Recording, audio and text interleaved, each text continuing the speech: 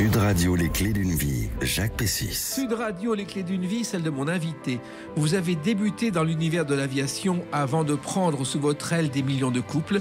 Un spectacle vous permet de leur faire découvrir maintenant le 7e ciel, ce qui fait aussi votre bonheur. Bonjour Paul de Wandre. Bonjour Jacques, belle introduction, magnifique. Écoutez, on va évoquer ce spectacle mythique qui est vraiment votre vie aujourd'hui, mais qui reprend à Bobino le 6 mars, mais qui est en tournée dans toute la France. Dans toute la France. France, Belgique, Suisse, Maroc, Canada. Vous n'arrêtez pas.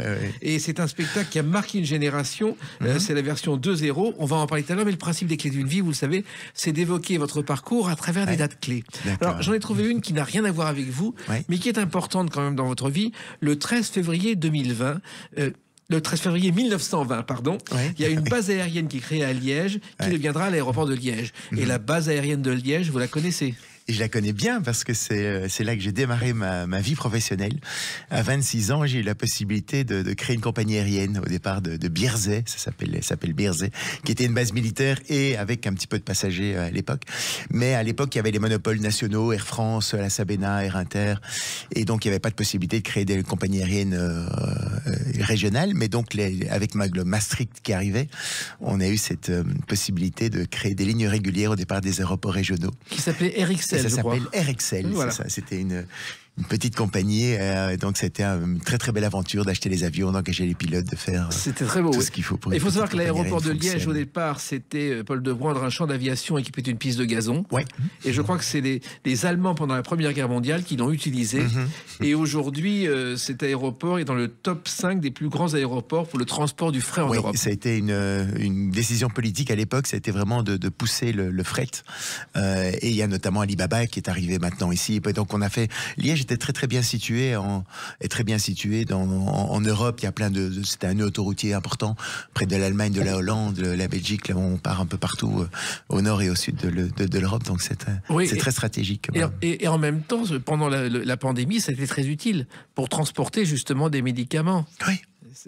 Alors, c'était ça c'est votre vie professionnelle. Donc, effectivement, cette compagnie aérienne régionale, il y avait un marché à prendre parce que la Belgique était une plaque tournante et l'aviation vous a toujours passionné, Paul de Wandre. Et l'aviation m'avait passionné, mais en fait, c'est un peu les hasards de la vie. Pendant mon service militaire, j'ai eu la possibilité de faire des études de marché pour l'aéroport de Liège, et puis de fil en aiguille, un investisseur suisse est arrivé, il a dit tiens, ça peut être sympa de développer quelque chose, et puis j'étais là, et puis voilà, et puis là l'aventure s'est lancée de cette manière-là. Et pour beaucoup de Belges, l'aviation c'est Bug Danny, une bande dessinée de Charlie Hebidon qui a triomphé pendant et qui continue aujourd'hui. Les Chevaliers du Ciel aussi. Exact. Et Jean-Michel Charlier était un personnage étonnant.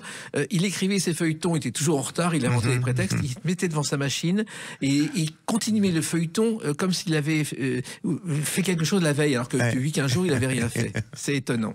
Alors, c'est arrivé aussi dans ce métier, c'est le résultat de longues études supérieures, Paul de Wandre. D'abord, il y a une école supérieure de commerce qui est l'université de Louvain-la-Neuve. À Louvain, oui, l'une des plus anciennes universités d'Europe. Et donc, qui s'appelait à Louvain-la-Ville en Belgique, qui était en territoire flamand.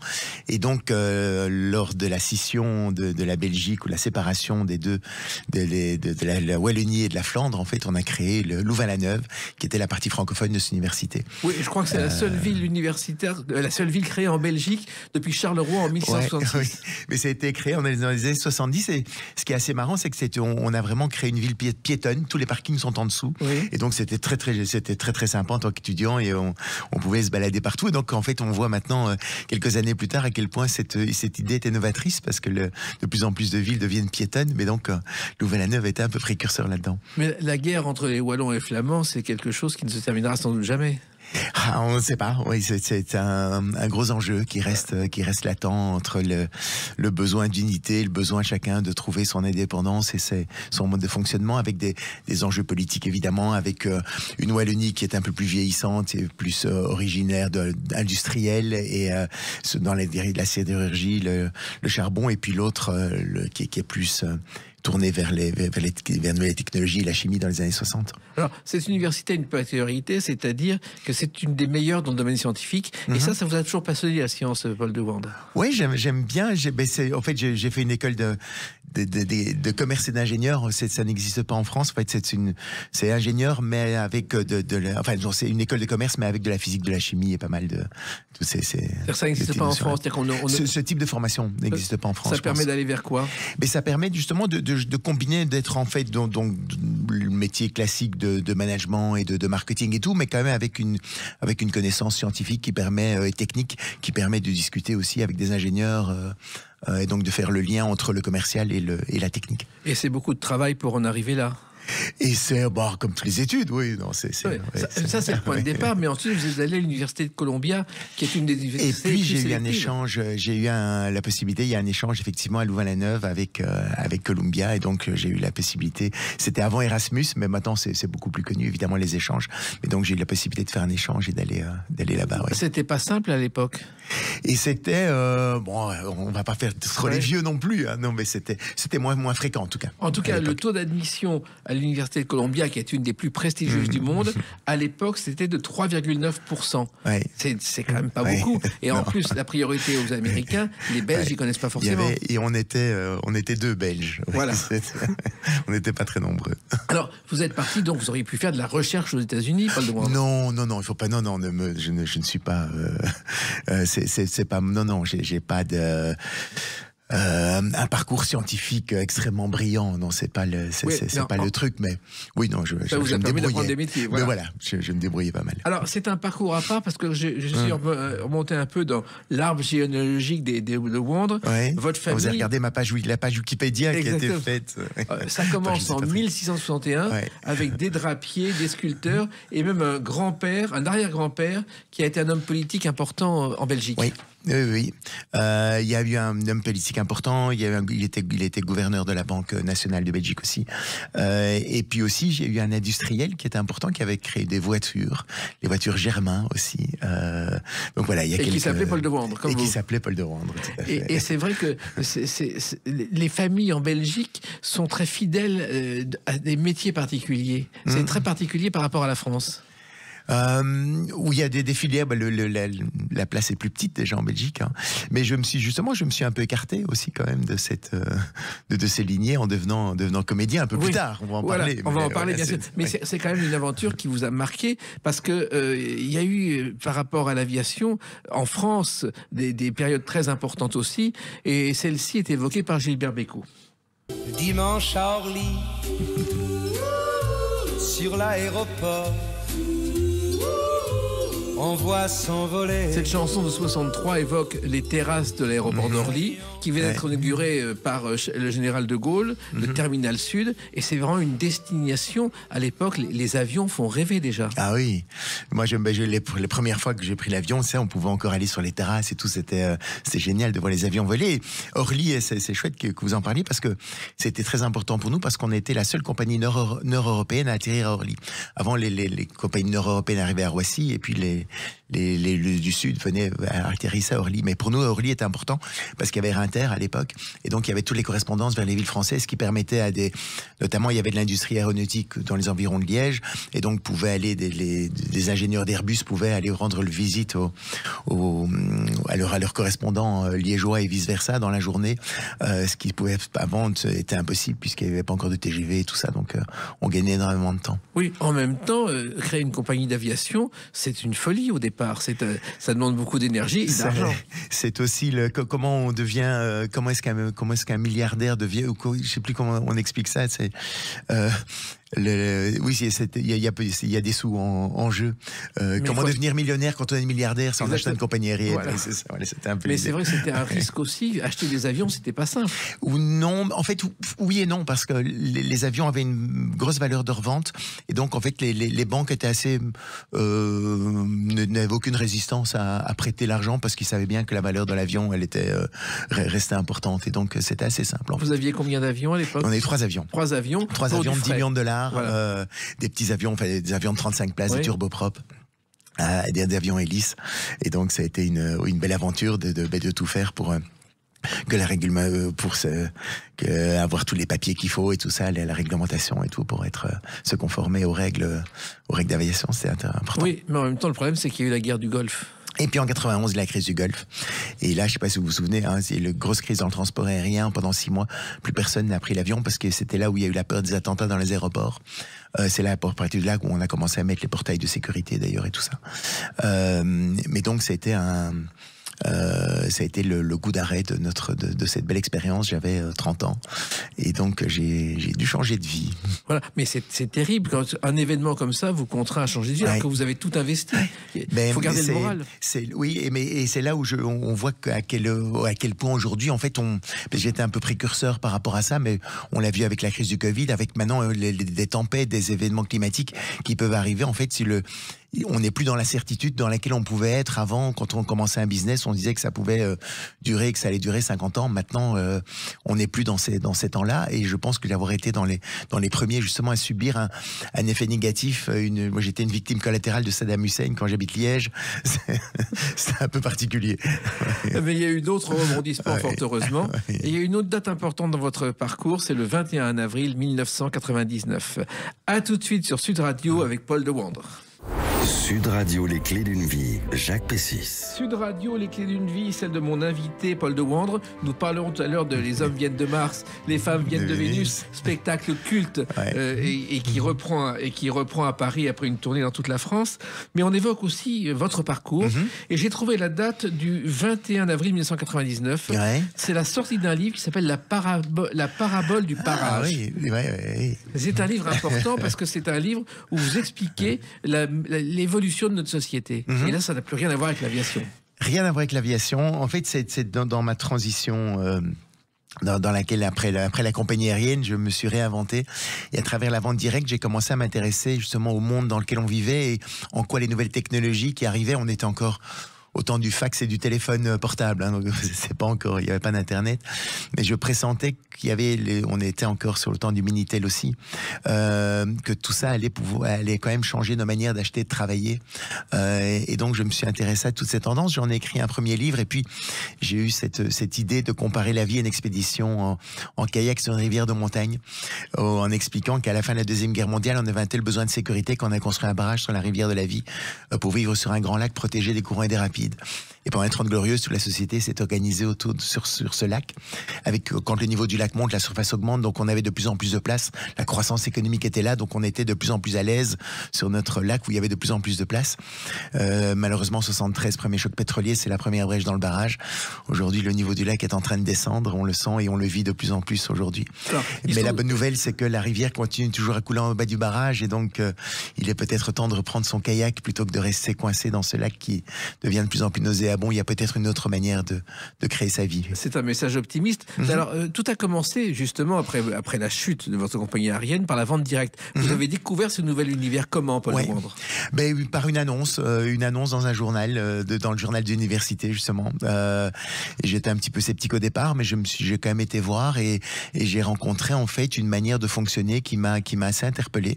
Qui était nouvelle aussi. Qui était assez nouvelle et qui sortait un peu des sentiers battus. C'était de créer des réseaux de distribution de manière indépendante, mais en association avec d'autres personnes, une genre de franchise. Et j'ai beaucoup aimé dans divers domaines. Oui.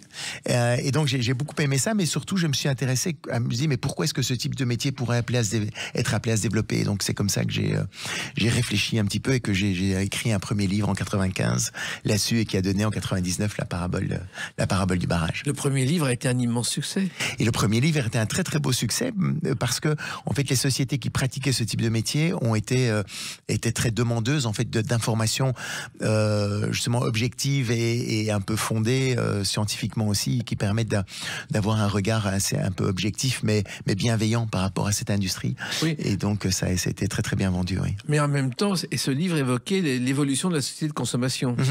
Parce qu'elle évoluait et il n'y avait pas de rapport précis, de livre précis sur le sujet. Il y en avait, dans ce type, dans la vente directe, il n'y avait pas grand-chose. Il y avait quelques livres américains, mais qui étaient un peu, légers dans le contenu. Et donc, ce que j'ai fait, c'est que j'ai amené un peu plus de substance, justement en regardant les tendances socio-économiques dans lesquelles on était et en quoi ce type de métier pourrait être appelé à se développer. crois que le premier livre s'est vendu à 150 000 exemplaires, mais on n'en trouve plus moins de traces sur Internet, même sur Amazon. Mais en fait, il n'y a aucun éditeur, je me disais qu'aucun éditeur ne serait intéressé par ce type de métier, parce que c'était quand même un peu une niche. Et donc, j'ai créé ma maison d'édition, qui s'appelait les Maisons du Saint-Bernard. J'adore les Saint-Bernard. Et donc, voilà. Et donc, j'ai imprimé les livres et j'ai créé ma maison d'édition pour vendre moi-même ces ouvrages. Ça a été un immense et travail. donc, ça a été un peu entrepreneur. Hein. Mais il s'appelait comment, ce livre? Et ça s'appelait L'avenir de la vente multiniveau en Europe. Oui, parce qu'il n'y a plus aucune trace. Il n'y a plus aucune trace. C'était il y a 30 ans maintenant. Oui, mais à peu près. est-ce que ce livre est toujours d'actualité? Parce que vous évoquez le monde d'aujourd'hui. Il reste encore un petit peu d'actualité. J'en ai refait une nouvelle version ou quoi. Mais oui, je pense. Enfin, ce qui est très chouette, notamment par rapport à la parabole du barrage, c'est des gens qui ont lu ce livre-là, donc qui maintenant, il y a plus de 25 ans maintenant, se souviennent encore de cette métaphore, et ça les a vraiment aidés à comprendre le monde dans lequel ils vivaient et à avoir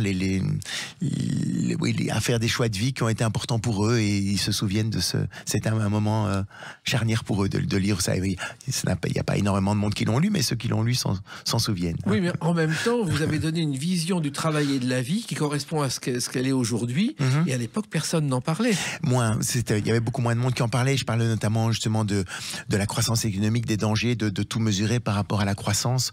Maintenant, ça devient assez mainstream de se rendre compte que la croissance n'est peut-être pas le seul indicateur économique qui est l'indicateur économique le plus pertinent.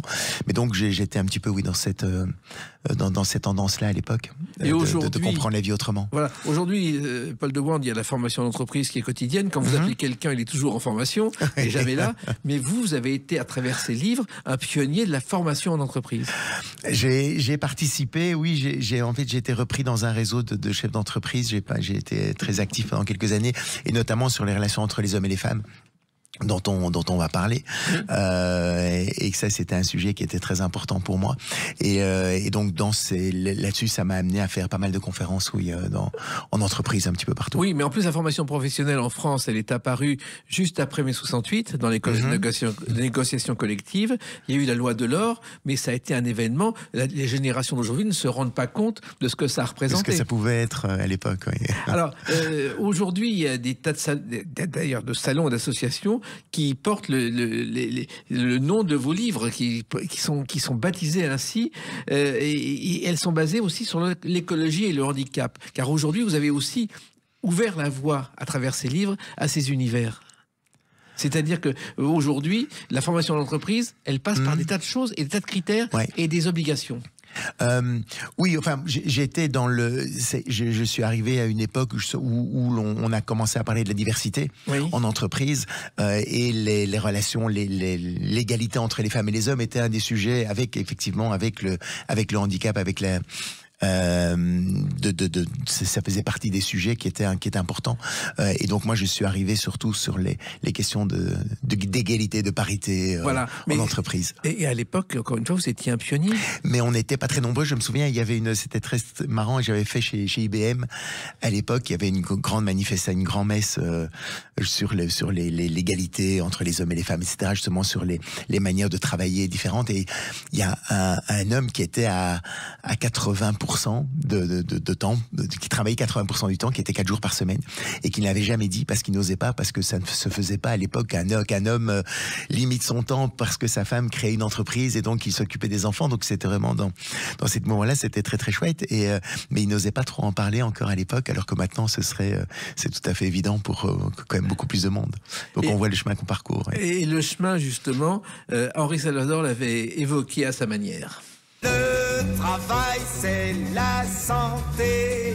Rien faire, c'est la conserver. Henri Salvador qui travaillait énormément parce qu'en fait, il jouait à la pétanque, mais il commercialisait les boules de pétanque. Et ça faisait sa fortune. Et c'est vrai que vous avez aussi créé, Paul de Wand, vous avez évoqué le marketing relationnel. Et ça aussi, c'est quelque chose de courant aujourd'hui, mais là aussi, vous êtes un pionnier. Mais c'est la vente directe, en fait, c'est le titre dont on a parlé tout à l'heure. C'est dans cette idée-là, c'est une méthode de distribution qui allie la franchise et la vente directe en fait, et qui permet de combiner les deux manières de fonctionner. Et donc c'est effectivement dans cette mouvance-là que j'ai écrit mes premiers livres et que je me suis intéressé vraiment aux évolutions sociétales dans lesquelles on était. Oui, en même temps, vous avez évoqué la liberté financière de chacun, ce qui était aussi un concept nouveau. Mais l'idée, c'était en fait de pouvoir travailler de manière indépendante, mais sans être seul. De pouvoir aussi créer des réseaux de distribution sans avoir à engager énormément sans avoir engagé du monde.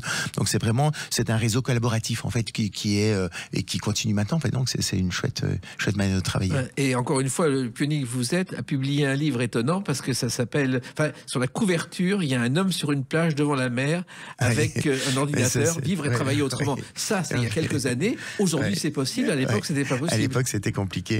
Mais donc ça fait partie. C'était en fait ce livre-là. Pour être tout à fait honnête, en fait, c'est une mise à jour de mon de ma parabole du mais c'est encore plus fort, barrage. On n'imaginait pas aujourd'hui qu'on pourrait travailler sur une plage avec un ordinateur. Avec un ordinateur, mais c'était c'était cette vision que j'avais de pouvoir travailler de chez soi. Pour moi, le télétravail l'a prouvé, mais c'était vrai que c'est un enjeu important déjà au niveau écologique, de pouvoir éviter des déplacements inutiles si c'est pour rester dans son bureau sur l'ordinateur. Il y a des moments où c'est important qu'on se rencontre. Hein. Je suis ravi d'être en studio avec vous. J'ai fait un peu de train pour venir vous voir, mais il y a des moments aussi où on n'est peut-être pas obligé d'aller tous les jours se coltiner tous ces bouchons. Et donc c'était dans cette vision-là aussi justement par rapport à la planète, par rapport au prix de l'immobilier, par rapport à tout ça. Moi, je vois énormément d'avantages aussi à avoir du télétravail, mais pas full télétravail non plus, mais avoir un mix, une combinaison pour pouvoir aussi s'occuper des enfants, pour pouvoir être là quand ils rentrent et puis continuer peut-être à travailler après. Enfin, moi, je pense on nous a mis un peu dans des cases où on travaillait, on était ou bien au boulot ou bien à la maison, etc. Je crois que maintenant il y a une aspiration à être peut-être en même temps au travail et chez soi et combiner un peu le tout. Vous n'êtes pas souvent chez vous parce que vous tournez beaucoup. Non, le spectacle, ça j'avais pas encore imaginé que j'allais partir en tournée si souvent. Mais, alors, l'origine de ce spectacle, on va l'évoquer à travers une autre date, le 19 octobre 2018. À tout de suite sur Sud Radio avec Paul de Wandre. Sud Radio, les clés d'une vie, Jacques Pessis. Les hommes viennent de Mars, les femmes viennent de Vénus. Une phrase que vous connaissez bien, Paul de Wandre. Vous êtes mon invité aujourd'hui dans les clés d'une vie sur Sud Radio. On va en parler tout à l'heure de la reprise 2.0 de ce spectacle. Mais on va revenir à l'origine de cette aventure qui est mythique. À travers la date du 19 octobre 2018, sort un livre qui est un best-seller en France et qui ne l'aurait pas été si vous n'aviez pas été là. Ça s'appelle Le silence des animaux de John Gray. Pourquoi les hommes cherchent-ils un sens à la vie? Comment votre imagination vient-elle à bâtir des mondes aussi très éloignés? Sommes-nous des animaux? Et ce livre, Le silence des animaux de John Gray, eh bien finalement, il existe, il est paru en 2018, il est sur Internet. Et finalement, John Gray, il est connu en France grâce à vous. C'est aussi, c'est très gentil. C'est très gentil. Avant, Jacques, il vendait pas de livres. Et... Non. En fait, moi, ce que j'ai fait, c'est que j'ai rencontré John Gray en 96 aux États-Unis. Par hasard. C'était une conférence. J'étais dans toutes les recherches un petit peu sur l'évolution de la société, les nouvelles technologies, etc. Et c'était un séminaire sur le leadership. Et là, il y a un psychologue américain qui parlait des relations entre les hommes et les femmes. Donc, c'était au programme. J'étais un peu sceptique, mais j'ai quand même été écouter ce qu'il avait à dire. Et donc, c'était John Gray. Et quand j'ai entendu John Gray, donc en 96, le livre n'était pas encore traduit en français à l'époque, donc c'était encore pas du tout connu ici. Mais vraiment, j'ai adoré ce que j'ai entendu ce jour-là, et j'ai acheté les livres et les cassettes à la sortie. J'ai commencé à écouter tout ça en boucle, et j'ai eu vraiment envie de partager ça de manière en me disant, mais j'ai envie de diffuser ces informations en français. Et comment est venue l'idée? Parce qu'au départ, vous étiez aux États-Unis pour d'autres choses. Oui, c'était autre chose, mais en fait, ça m'a tellement touché, et ça m'a touché tout simplement parce qu'en fait, mes parents sont séparés à ma naissance, et jusqu'à l'âge de 13 ans, je ne l'ai pas su. En fait, ma mère m'avait juste dit, papa travaille trop loin, il ne peut pas rentrer tous les soirs à la maison. Et donc mon père venait le samedi après-midi, passer quelques heures, et puis il repartait travailler vraiment beaucoup, mon père, parce que j'ai même passé des vacances avec lui ou quoi. Et donc j'ai trois grandes sœurs. Voilà. C'est ça. J'ai 3 grandes sœurs. J'ai 2 de mes sœurs qui étaient au courant. Ma petite grande sœur n'était pas au courant. Mais donc on a vécu pendant 13 ans sous le même toit sans qu'une chose pareille ne soit dite. Et pourquoi on vous l'a dit un jour? À 13 ans, c'était devenu compliqué de le cacher, je pense. Et puis comme c'était, puis je commençais à avoir des doutes quand même un petit peu parce que ma mère avait un lycéum dans sa chambre, donc il y avait quand même des trucs qui étaient quand même assez évidents. Mais donc j'ai grandi avec ma mère et 3 grandes sœurs, donc j'ai grandi dans un environnement très féminin. Et quand j'ai entendu John Gray, ça m'a vraiment touché au plus profond de moi-même par rapport à mon enfance, justement, par rapport au fait que j'étais un petit mec dans une fratrie de filles. Et donc, ça a été extrêmement fort pour moi. Et puis aussi, par rapport à cette histoire-là, je me suis dit que ça pouvait peut-être aider des couples à mieux s'entendre, ça aiderait peut-être leurs enfants aussi. Donc, c'est vraiment parti de quelque chose de très profond. Je m'y attendais pas du tout. Je suis pas psychologue, j'étais pas là-dedans, mais vraiment ce thème et la manière dont il a parlé, en fait, j'avais déjà entendu parler de l'anima, de l'animus, ouais, tout ça, le yin, le yang. Enfin, c'est pas le premier à parler de ces polarités masculines et féminines, mais j'ai vraiment adoré ça parce que lui, j'ai vu un côté concret au quotidien. Quelles étaient les implications concrètes quotidiennes de ce fonctionnement, de ces logiques masculines et féminines qui étaient différentes. Oui, en plus vous étiez aux États-Unis, je crois, pour une déformation scientifique, ça n'avait rien à voir. Ça avait rien à voir. Enfin, c'était 10 jours sur le leadership avec plein d'intervenants de tous horizons, et donc c'était un des soirs. Il y avait lui, mais c'était pas du tout l'objectif pour ça. J'étais pas là pour lui. Donc vous rencontrez John Gray. Et donc je le rencontre pas là. Enfin, il y a 1000 personnes dans la salle. J'achète les livres et tout ça. Et donc je commence à écouter tout ça en boucle. Et je me dis, mais j'ai vraiment envie de diffuser ces informations en français. J'ai vraiment ressenti un appel, quoi. Je sais pas comment on peut dire, une force intérieure. C'est plus fort que moi. Je dis, il faut que je le. Mais je me dis, si j'écris juste une lettre à John Gray, il va peut-être se foutre un peu de moi. Oui. Et donc j'ai loué une salle à Bruxelles dans un hôtel. J'ai appelé quelques copains en disant il faut que vous veniez écouter. J'ai un truc à vous dire, ne vous posez pas de questions, venez tel jour, telle heure. Et il y avait encore les cassettes audio, et donc j'ai enregistré une conférence, la première conférence que j'ai faite en le disant, pour l'envoyer à John Gray, parce que je me dis, si John Gray entend ce que je dis, il voit quand même, voilà, que je suis capable d'aligner 2 mots et que je pense que je peux être un bon porte-parole pour ces idées-là. Et donc, il m'a dit oui, et il m'a répondu quelques semaines après. Il m'a dit oui, mais viens aux États-Unis. Je suis retourné, je me suis formé auprès de lui, et puis c'est comme ça que j'ai commencé des séminaires, des conférences en fait, et des ateliers de communication sur ce sujet-là. La première cassette était en anglais, je suppose, parce qu'il ne parle pas. Non, je l'ai fait en français parce que c'était avec mes amis francs, et puis je voulais montrer que tout c'était en français. Je me disais bien que dans son staff il y avait peut-être quelqu'un qui allait, et puis c'était l'idée aussi d'entendre aussi ce qu'il a, le ton et la manière de le présenter. Et puis il a été surpris, il a accepté. Il pensait pas à ça, il pensait pas tout à fait à la démarche. Aux États-Unis, il y avait quand même déjà le succès, le livre commençait à avoir pas mal de succès. Et il y avait d'autres personnes comme moi qui étaient dans une démarche de vouloir partager ces informations. Mais j'étais le premier non-américain à venir le voir. Ouais. Et ça, il ne savait même pas que l'Europe existait ou que la Belgique existait. Il ne savait pas la Belgique, non, la Belgique, un Belge qui est là, non, il dit bon, allez, hop. Et donc c'est comme ça qu'il m'a dit, bah, vas-y, fais dans ton coin ce que tu veux. Il n'y croyait pas trop. Il n'y croyait pas trop, mais pendant 10 ans, les séminaires et tout ça, c'était chouette. Puis alors, j'ai eu l'idée d'en faire un spectacle. On va en reparler justement. Ouais. Mais et là, il n'y croyait pas trop, exactement. En fait, il n'y croyait pas trop. Moi, je me souviens de Walt Disney, quand Paul Winkler est allé en 1934 lui proposer le journal de Mickey, alors qu'il n'y avait aucun journal consacré à Mickey. Disney a dit oui sans y croire. Il lui a donné son accord sur une carte de visite. Et il n'a jamais touché le moindre droit. Donc il faut vraiment y croire. Alors, une formation au départ, quand vous retournez aux États-Unis, comment ça se passe, Mais ça s'est passé pendant quelques jours. En fait, j'ai suivi des séminaires avec lui. J'ai fait des séminaires avec lui. Et puis, il y avait des cassettes audio, des vidéos qu'on a regardées ensemble. Et puis, on était une vingtaine, quelques Américains et moi. Et donc, on a suivi cette formation. C'était en même temps personnel, et c'était aussi comment transmettre en fait le message. Et le truc, c'est que lui avait mis tout ça sur cassette audio. Moi, je ne me voyais pas aller avec des cassettes audio traduites d'un Américain. Je voyais la tête des Français qui allait dire mais qu'est-ce que c'est que ce truc. Donc moi j'avais envie de le partager moi-même. Et il m'a dit vas-y. Pour lui, il savait pas ce que était la Belgique. Donc c'était un peu. Donc vous avez bâti une série de conférences. Et donc j'ai bâti tout mon truc. Et puis Et c'est vrai que c'était assez marrant parce que il est jamais venu contrôler ou voir en fait ce que je faisais. Je lui ai demandé un jour, je dis mais c'est parce que tu me fais confiance ou parce que tu n'en as rien à foutre ou parce que tu me fais confiance. Il me dit parce que je te fais confiance. Voilà. Je dis bonne réponse, mais peut-être qu'il n'en a rien à foutre aussi. Non, mais il a dû être surpris parce que. Mais sur le spectacle, il était très très surpris. Oui, c'était parce que comme vous dites, il y avait déjà pas mal de grandes sociétés, Sony, etc., qui étaient venues voir pour avoir des droits pour des films ou des séries, etc. Il y avait jamais rien qui avait pris.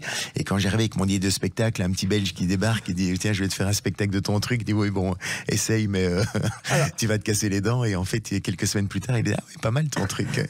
Alors, il se trouve qu'au départ, vous arrivez dans cet univers. Bon, il y a le problème de votre famille il y a 13 ans et de la découverte du divorce de vos parents. Mais en même temps, vous êtes heureux en mariage. Vous êtes marié depuis 3 ans, donc vous n'avez pas de problème. Non, mais justement, j'ai envie de partager. Mais vraiment, ce que j'ai entendu aussi m'a vraiment aidé justement à comprendre une logique féminine, comprendre les petites incompréhensions du quotidien. Pourquoi ma femme, quand elle se lève le matin, va vers sa garde-robe, ouvre ses placards en grand et me dit j'ai rien à mettre devant alors son armoire est pleine. J'ai dit mais pourquoi tu me mens? Oui. Donc j'ai dit parce que pour moi j'ai rien à mettre veut dire il n'y a pas de vêtements dans mes placards. Alors que pour elle, j'ai rien à mettre, ça veut dire il n'y a rien qui correspond à l'humeur dans laquelle je suis ce matin. Voilà. Et donc en fait, c'est toutes ces petites incompréhensions-là du quotidien où parfois quand elle commençait à me parler de ses problèmes. Moi, quand je parle d'un problème, c'est parce que j'ai besoin d'une solution. Et quand elle venait me parler de son problème, je dis, tiens, voilà la solution. Elle était pas contente. J'ai dit, mais pourquoi t'es pas contente? Pourquoi tu me parles d'un problème si tu veux pas ma solution? Donc, je comprenais pas. Et donc, en fait, comprendre, voilà, qu'on ne fonctionne pas toujours de la même manière, on n'a pas les mêmes besoins. Pour moi, ça a été extrêmement important. Oui, et dans les premières conférences, vous surprenez le public parce que ce genre de sujet aussi quotidien n'avait jamais été abordé. Non, et surtout aussi, ce qui est très marrant, c'est que on pensait souvent que dans ces petits trucs du quotidien. Alors, il y a, comme je vous le disais tout à l'heure, il y avait déjà eu des notions philosophiques. Et en France, je pense qu'on est très bon à réfléchir de manière un peu philosophique sur les grands enjeux du masculin, du féminin, etc. Mais il manque parfois, je trouve, ce lien entre qu'est-ce qu'on fait de tout ça au quotidien.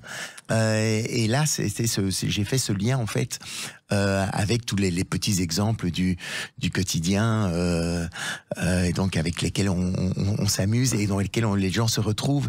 Et c'est là où c'est très très marrant dans le spectacle, c'est qu'on voit vraiment à quel point les gens pensent qu'ils sont les seuls à vivre les situations qu'ils vivent. Et en fait, on se rend compte qu'on est tous, on vit tous les mêmes enjeux, quoi, très très souvent. Alors, il y avait aussi derrière John Gray un personnage qui a été important dans sa vie, qui était un maître spirituel indien, le Maharishi Mahesh Yogi. Ouais. Il a été formé à la méditation transcendantale et ça a aussi compté dans sa réflexion pour créer ce livre. John Gray a été, donc après ses études, il est parti assez tôt, il est parti en Suisse justement avec ce maître hindou. Il a commencé son idée, en fait il était moine bouddhiste pendant quelques années, il a beaucoup travaillé sur le sexe et la méditation.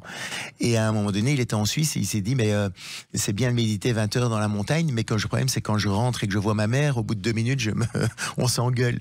Et il dit, ce serait peut-être bien aussi d'être zen dans la vie séculaire. Et c'est comme ça qu'il est sorti de cette période de moine. Et il a commencé, donc c'était dans les années 68, 70, la libération sexuelle et tout. Et donc sa manière d'aborder les filles en Californie, c'était, tu sais, j'ai été moine pendant 7 ans, explique-moi un peu comment ça fonctionne. Voilà. Et alors toutes les filles, tiens, moine j'ai jamais eu. Et donc c'était assez facile de. Donc c'était et donc c'est comme ça qu'il est parti sur le sexe et la méditation, sur les tantras, enfin sur toutes ces trucs. Et puis après, petit à petit, en fait, il a élargi son champ de connaissances par rapport à ses fonctionnements masculins, féminins différents. Et le point de départ aussi de votre spectacle, c'est une journaliste qui vous a donné l'idée, Paul Devendre, de transformer cette conférence qui était déjà très suivie en spectacle. Ouais. Il y a eu une combinaison de 2 facteurs. La première, c'est quand je faisais les conférences en entreprise, beaucoup de gens venaient me voir et me disaient, j'aimerais bien venir voir ça avec ou bien mon conjoint, ou bien avec mes enfants, ou avec d'autres personnes, mais où est-ce que tu te produis, où est-ce qu'on peut t'entendre, etc. Parce que ce n'était qu'organisé qu'en entreprise, ou bien dans des week-ends. Mais donc les week-ends c'est sur 2 jours, c'est un peu compliqué. Et puis d'autres personnes qui disaient, c'est marrant, j'ai autant ri qu'un spectacle d'humoriste et tout ça, parce que comme je suis pas psy, je suis pas arrivé avec une méthode où je sais pas d'imposer une idée. Je partage juste à travers plein de petits exemples du quotidien, je décode un peu tout ça.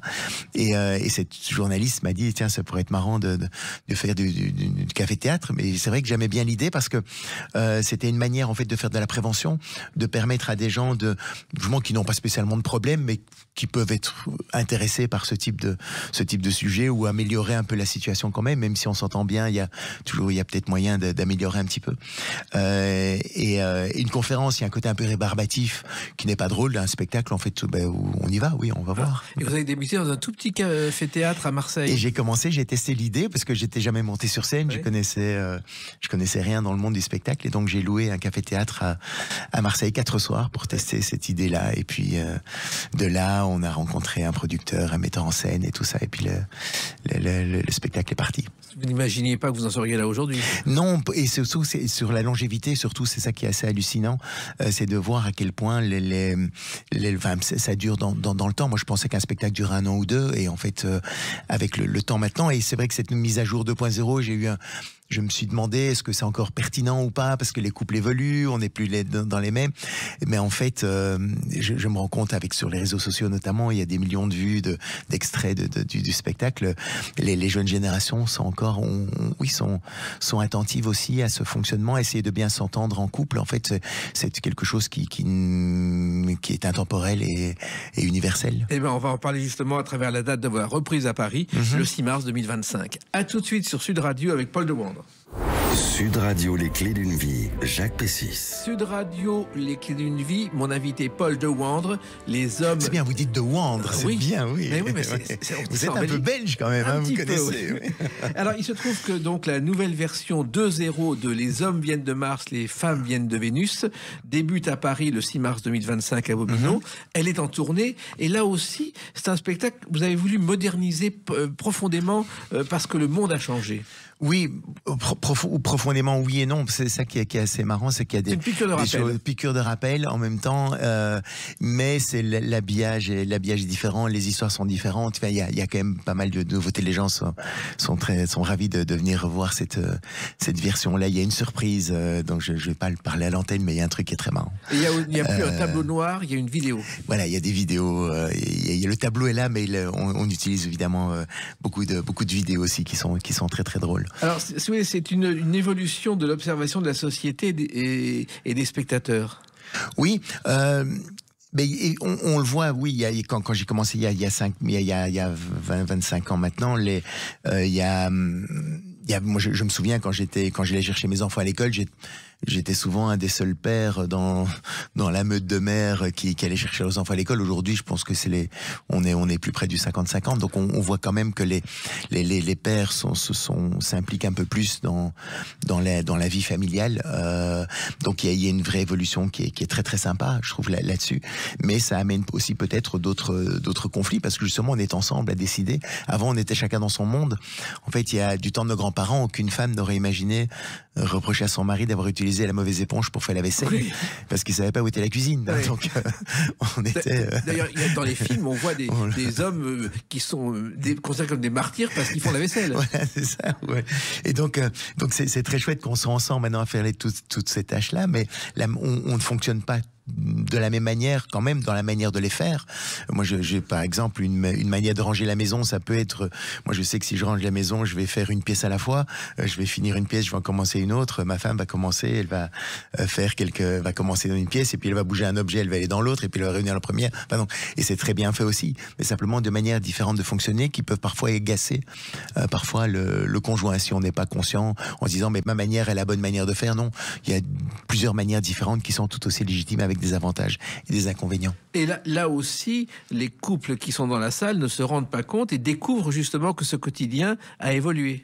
Oui, il évolue et surtout dans nos manières de fonctionner, les attentes qui sont les attentes qui ne sont pas les mêmes sur le masculin et sur le féminin. J'insiste beaucoup parce que une des critiques qu'on a pu entendre souvent c'est réducteur, les hommes et les femmes et tout ça, on est tous uniques et tout ça, c'est idiot de mettre les hommes d'un côté, les femmes de l'autre évidemment. Et donc j'insiste encore une fois, c'est pas les hommes et les femmes, c'est les parts masculines et féminines qu'on a chacun de nous.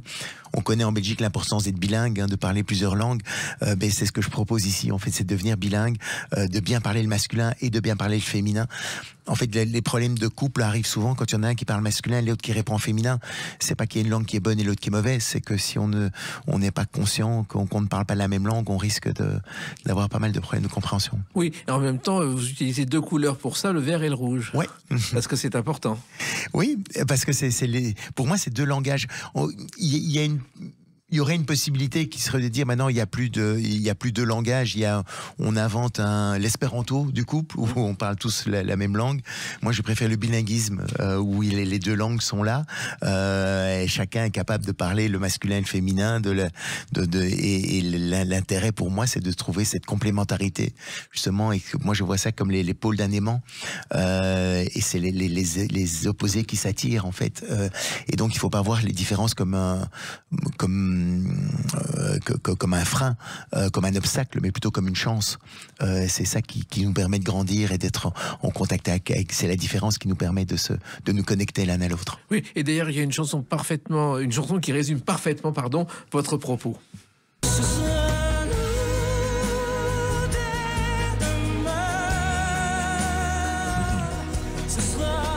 L'envie d'aimer, car je crois que l'envie d'aimer des 10 commandements pourrait être votre slogan.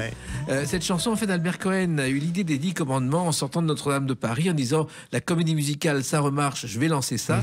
Et ça a été un immense succès avec cette chanson, l'envie d'aimer. Et le spectacle est à nouveau en tournée des années après. Alors c'est vrai que l'envie d'aimer et le fait que les couples soient heureux, c'est aussi votre philosophie de vie. Et je pense que, je me souviens, c'était à Grenoble il y a quelques années, dans le spectacle comme ça, je pense à un moment donné, je dis tiens, qui est en couple depuis le plus longtemps, puis il y a un couple qui lève la main, ils étaient ensemble depuis 43 ans. Et là, il y a toute la salle s'est mise vraiment à les applaudir, mais de manière très très forte, beaucoup plus forte que ce que j'aurais pu imaginer. Je me suis dit mais je commence à réfléchir en me disant mais pourquoi est-ce que 2000 personnes comme ça applaudissent quelqu'un juste parce qu'ils sont ensemble depuis 43 ans. On les connaît pas, on sait pas s'ils sont ensemble, s'ils s'aiment encore ou pas. Peut-être qu'ils se font chier depuis 43 ans. Ils s'embêtent, pardon, je sais pas, on peut dire, depuis 43 ans ensemble et tout ça. Et en fait, je me suis rendu compte, moi, je me suis dit, mais en fait, je pense que c'est juste lié à cette part qui est en nous. C'est que quand on démarre une histoire d'amour, on a envie qu'elle soit la plus longue et la plus belle possible. Et voilà. Et donc, c'est pas toujours possible. Et parfois, c'est peut-être bien aussi que ça s'arrête. Donc, j'ai aucun agenda de sociétal ou quoi que je défends, mais c'est juste cette envie d'être bien avec l'autre qui est importante. Mais Paul de Warnes, effectivement, l'aspiration à vivre ensemble, vous avez touché peut-être sans le savoir un sujet très important que personne n'avait abordé et vous n'en êtes pas rendu compte au départ. Non, mais et surtout, enfin, je pense que ça a été un bouche à oreille incroyable ce spectacle, parce que en même temps c'était drôle, mais en même temps je pense que j'ai amené quand même quelques pistes parce que ce que j'adore, c'est que les gens pendant le spectacle et après commencent à parler entre eux, s'échangent des petits coups de coude, se prennent la main, et en fait ils ont envie de parler entre eux de ce qu'ils ont entendu. Je suis pas là pour partager des vérités, mais à travers tous les petits exemples que je donne, les pistes, parce que je donne beaucoup de métaphores. Je parle de jardin, de dauphin, de vagues, de grottes, de fours, de chalumeaux. Enfin donc c'est très très très marrant. Mais tous ces mots-là en fait sont utiles pour mettre des mots sur des situations qu'on a parfois du mal à décrire entre nous. Oui, et vous avez débuté ce spectacle au Gymnase en 2007. Mais personne n'imaginait que ça marcherait comme ça. Non, et c'est ça, c'était un des beaux compliments de Jacques Bertin, qui est le directeur du Gymnase, qui a dit un jour, il est interviewé par un journaliste, il a dit j'ai eu 3 succès dans mon théâtre, le Luron, Coluche et Mars et Vénus. Donc c'est vrai que le Luron changeait le spectacle tous les soirs avec Monsieur Glandu. Coluche arrivait au cri de Coluche président parce qu'il était candidat. C'était et vous êtes arrivé, vous sur la pointe des pieds un petit peu. Mais je suis resté plus longtemps qu'eux. Ça a démarré discrètement, ça a démarré discrètement, médiatiquement, parce que je suis pas connu et tout ça, et même encore maintenant, le spectacle est beaucoup plus connu que moi. Mais il y a eu un tel bouche à oreille en fait qui a fait la force incroyable de ce spectacle. Et aujourd'hui encore, j'étais à Bordeaux il y a quelques temps, à la gare là, je vois il y a un jeune qui vient me voir et qui me dit je dois vous remercier parce que il avait 25 ans, il me dit mes parents sont venus vous voir il y a 10-15 ans et ils étaient en crise et en fait ça les a sauvés, et moi j'ai vu la différence avant et après le spectacle, et donc je voulais juste vous dire merci. Voilà, donc il y a des petites choses comme ça qui se... Oui, car vous avez, et en plus, vous avez ajouté beaucoup d'humour, et grâce à Thomas Le Douarec, vous êtes devenu comédien, ce qui n'était pas votre métier au départ. Qui n'était pas le métier au départ. Et donc, c'était un de mes grands questionnements. Est-ce que je ne suis pas en train d'usurper un titre auquel je n'aurais pas droit? Et donc, ça a été. Maintenant, je commence à me mettre dans cette idée que je suis, après avoir joué quand même maintenant plus de 2000 fois, je me dis que je peux prendre le titre. Mais ce qui est étonnant, c'est que ce spectacle s'est exporté et que d'autres versions sont nées dans d'autres pays. Oui. On a mis donc il y en a il y a eu en Italie, en Hollande, en Allemagne, un petit peu partout. Et à chaque fois des versions différentes. C'est le texte que j'ai écrit, donc qui est traduit et qui est joué par des comédiens. Mais ça veut dire que les problèmes de couple sont universels. Sont universels, ouais. Parce que ça, on l'imagine pas. Ouais. Mais et c'est là où, en même temps, j'essaie de rester assez modeste par rapport à ça. Je ne suis pas en train d'imaginer partager des vérités, mais je remarque déjà aussi que le livre de John Gray a eu un succès mondial dans 5 ans. Il était traduit en 50 langues, donc c'est que ça correspond à certaines choses. Et puis aussi, oui, de voir alors, par exemple, j'explique que le masculin n'aime pas trop parler de ses problèmes, et que le féminin a plutôt besoin, lui, pour se sentir aimé, a besoin de petites attentions. Il est un peu comme un jardin. Il a besoin d'être entretenu au quotidien. Alors, la manière d'entretenir le jardin n'est pas la même dans chacun des pays, on est bien d'accord, mais le fait d'avoir envie, d'avoir ce besoin-là, est assez universel quand même, oui. Et dans cette nouvelle version 2.0 que l'on peut voir dans toute la France, à l'étranger, et même à Bobino à partir du 6 mars, Paul de Wandre, il y a aussi des sujets modernes. Par exemple, les sites de rencontres, quand vous avez commencé au départ, ça n'existait pas. Ça commençait un petit peu. Alors, je l'aborde pas énormément sur les sites de rencontres, parce que mon idée, en fait, c'est de dire, quand on est ensemble, comment on fait pour vivre ensemble. Je suis pas trop dans c'est pas comment est-ce qu'on fait pour se rencontrer, ou tous ces trucs-là. C'est moins mon sujet. Moi, c'est vraiment la vie de couple, comment on est ensemble, on s'aime, comment on fait pour garder une relation qui soit épanouissante pour tous les deux, une relation équilibrée où on est respecté tous les deux, où on a chacun ce dont on a besoin. Pour moi, même quand il y a de l'amour, une relation comme toute relation est un échange. On peut pas se donner 100% à l'autre si on ne reçoit pas en retour. Alors évidemment, il y a des moments où on va être plus donné que l'autre, hein. L'idée n'est pas d'être là comme des comptables à regarder chaque ligne, mais je crois que sur le long terme, on ne peut pas donner plus que ce qu'on reçoit. Donc, il est obligatoire d'avoir un échange. Et l'erreur qu'on fait souvent, c'est qu'on donne ce qu'on aimerait recevoir. Et donc, c'est ce que j'explique dans le spectacle, c'est comment apprendre à donner à son chéri ou à sa chérie ce dont il ou elle a besoin, plutôt que ce qu'on aimerait recevoir dans un couple. Et en même temps, vous arrivez à un moment où il y a des mouvements comme MeToo qui veulent détruire tout ça, et votre spectacle est donc plus important. Et c'est là où c'est cette voie-là, je suis vraiment ravi de porter cette voie du respect, de la complémentarité, justement de comprendre, effectivement, il y a plein d'abus, et heureusement qu'ils sont condamnés, et donc, mais ce qui se passe, c'est que ça entraîne aussi, parfois, ça a entraîné plein de gens de bonne volonté qui ne savent plus trop comment faire, ou qui ont peur de la relation, et donc je trouve ça dommage que la plupart des gens de bonne volonté qui ont envie de vivre une relation saine et épanouie, en fait, aient des difficultés aujourd'hui à être ensemble, et donc c'est tout cet équilibre là à trouver ou à retrouver ou à créer ensemble aujourd'hui, dans le respect de chacun, et aussi dans le subtil jeu du masculin et du féminin qui se rencontrent et qui ont du plaisir à être ensemble. Et il y a aussi la nouvelle génération, car elle est présente dans la salle, et c'est pour eux que vous faites ce spectacle. Oui, et c'est chouette de voir aussi maintenant le nombre de gens qui viennent en famille, des parents qui viennent avec leurs enfants, les enfants qui invitent, c'est les cadeaux de Noël pour des parents, etc. Et donc, et c'est très chouette, parce qu'évidemment les couples ne sont pas les mêmes, mais il y a un socle commun quand même comme vous disiez tout à l'heure, d'aimer, d'envie d'aimer, d'être aimé tout simplement, qui reste là, et voilà. Et donc je propose quelques pistes pour concrètement voir comment on peut réussir ça dans son couple quotidien. Et on a dit que votre spectacle mériterait d'être remboursé par la sécurité sociale. On l'a souvent dit, oui, c'est un beau compliment.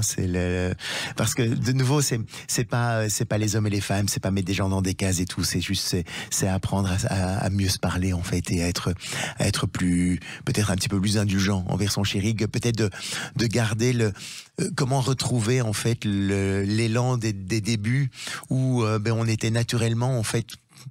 Quand on est amoureux au début, on fait naturellement les choses qui sont bien pour l'autre, on est heureux tous les deux. Et puis, il y a un petit grain de sable qui vont parfois se mettre dans les rouages. Et donc, le spectacle permet de parler tout ça, de l'enlever. De l'évacuer. l'évacuer. Alors, pour l'instant, donc, c'est Bobino, à partir du 6 mars, une tournée en France et dans d'autres pays. Et l'avenir? Et l'avenir, il y a plein de choses. Dans l'avenir, il y a un spectacle que je fais, je peux vous en parler quelques minutes, j'ai fait avec un ancien jeune délinquant. Oui. Qui avait 16 ans, un Marseillais, qui avait 32 condamnations à 16 ans, qui a fait de la prison pour mineurs, et il en est complètement sorti aujourd'hui. Et j'ai créé un spectacle avec lui, où c'est un spectacle témoignage, où on parle de son parcours et comment il est sorti de la délinquance, comment il a fait, comment il est sorti de la drogue et des addictions. On a été le rejouer à la prison où il était incarcéré. Donc c'était un moment très fort. On était le jouer au Baumette, et puis on va aller maintenant le jouer un petit peu partout. Et puis j'ai un autre projet d'un spectacle grand public pour bientôt, qui va être de faire que les générations qui sont en difficulté à se comprendre aujourd'hui, les jeunes et les vieux, où on voit beaucoup de parents qui disent mais qu'est-ce que c'est que ce jeune qui veut partir faire un tour du monde, qui paye d'abord son loyer et puis qui trouve d'abord un boulot et puis il pourra s'amuser après. Et donc il y a pas mal d'incompréhension entre les générations parce que le monde n'est plus le même. Et donc je suis en train de préparer un truc. Je viendrai vous en parler dès que c'est prêt. Avec joie, vous serez toujours le bienvenu. C'est gentil, Paul de Wandre. Merci de faire tout ce que vous faites pour nous et pour les autres. Merci à vous. Les Clés d'une vie, c'est terminé pour aujourd'hui. On se retrouve bientôt. Restez fidèles à l'écoute de Sud Radio.